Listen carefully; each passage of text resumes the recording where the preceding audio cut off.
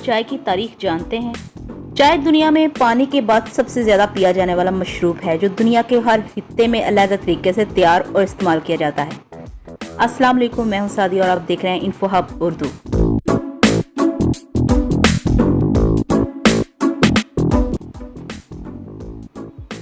ये मशरूब दुनिया भर में काफी से भी ज्यादा मकबूल है। चाय का असल खित्ता चीन का जनूब मगरबी इलाका है जहां पर सालाना 1.6 अरब पाउंड चाय पी जाती है। ताहम फी फर्द चाय पीने के हिसाब से तुर्की, आयरलैंड और बरतानिया सबसे आगे हैं जहां दुनिया के सबसे ज्यादा चाय के शौकीन पाए जाते हैं। चाय की दरियाफ्त कब हुई? चाय की दरियाफ्त का सेहरा एक चीनी किसान शियोंग के सर है जो चीनी अकायद के मुताबिक ज़राअत का बानी है। अपने एक मजहबी सफर के दौरान उसने गलती से जहर से भरी एक जड़ी बूटी 72 बार खा ली, जिसके बाद वो मरने के करीब पहुंच गया। इसी वक्त एक पत्ता हवा में उड़ता हुआ शियोंग के मुंह में चला गया। शियोंग ने इस पत्ते को चबा लिया और इसी पत्ते ने उसे मरने से बचा लिया।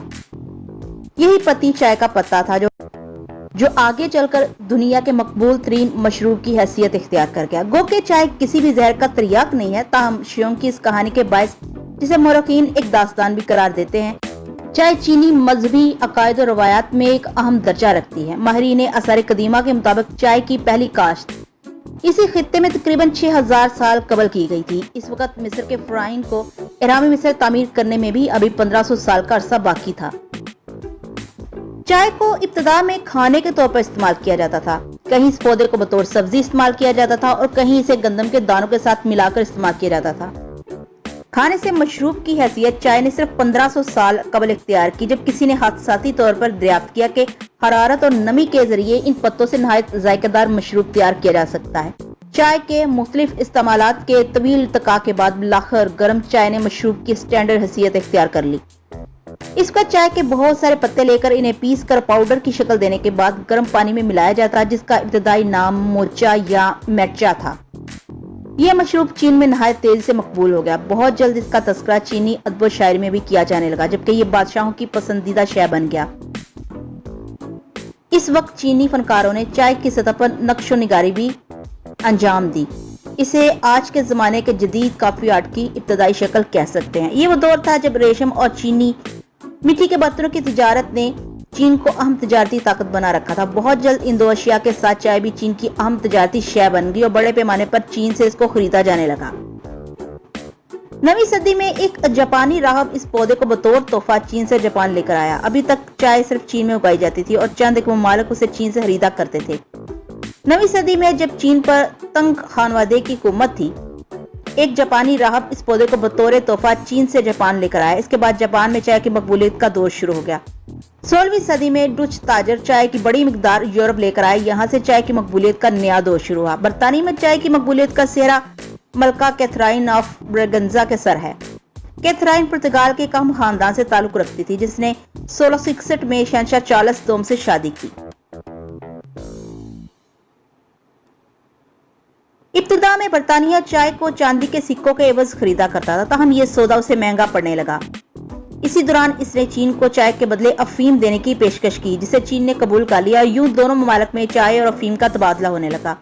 19वीं सदी में चीन और बरतानिया के दरमियान चाय और अफीम का तबादला होने लगा। ताहम बहुत जल्द इस तजारती तबादले ने चीनी शहरियों की सेहत पर बदतरीन मनफी असरात मुरतब करना शुरू कर दिए। चीनी अफीम के नशे में मुश्किल धुत रहने लगे। सन 1839 में एक चीनी हुकूमती ओहदेदार ने अफीम की एक बड़ी बरतानवी खेप को तबाह करने का हुक्म दिया। ये इकदाम इन दोनों अक़वाम के दरमियान एक जंग के आगाज का बायस बन गया। सन 1842 में तंग खानवादे ने बरतानिया से शिकस्त के बाद हांगकांग की बंदरगाह अंग्रेजों के हवाले कर दी। चाय की तिजारत दोबारा बहाल हो गई, लेकिन अब इसमें चीन की मज़े की शराब शामिल नहीं थी। इस जंग ने चीन की माशी हैसियत को हादसा मुतासिर किया। बरतानवी मारे हयातियात रॉबर्ट फॉर्चून बरसगीर पाको हिंद को अपना महकूम बनाने वाली ब्रिटिश ईस्ट इंडिया कंपनी चाय की फसल पर अपनी इजारादारी कायम करने के लिए खुद इसे उगाना चाहती थी। इस मकसद के लिए एक बरतानवी मारे हयातियात रॉबर्ट फॉर्चून को मुकर्रर किया गया। वो किसी तरह एक खुफिया ऑपरेशन के जरिए चीन से चाय के पत्ते चुरा कर ले आए। रॉबर्ट अपना बहरू बदलकर चीन में चाय की काश्त करने वाले पहाड़ों में एक खतरनाक मिशन पर निकल गया। यहाँ से चाय के पौधों को भारत के इलाके दार्जिलिंग में स्मगल किया।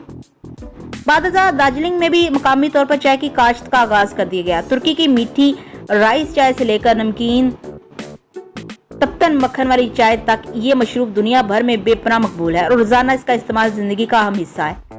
دنیا کا ہر علاقہ اسے اپنی روایت کے مطابق تیار اور استعمال کرتا ہے۔ مختلف زبانوں میں اس کا نام بھی مختلف ہے، تاہم چائے کی جسم اور دماغ کو تازہ دم کرنے اور فرحت بخش احساس دلانے کی خاصیت یکساں ہے۔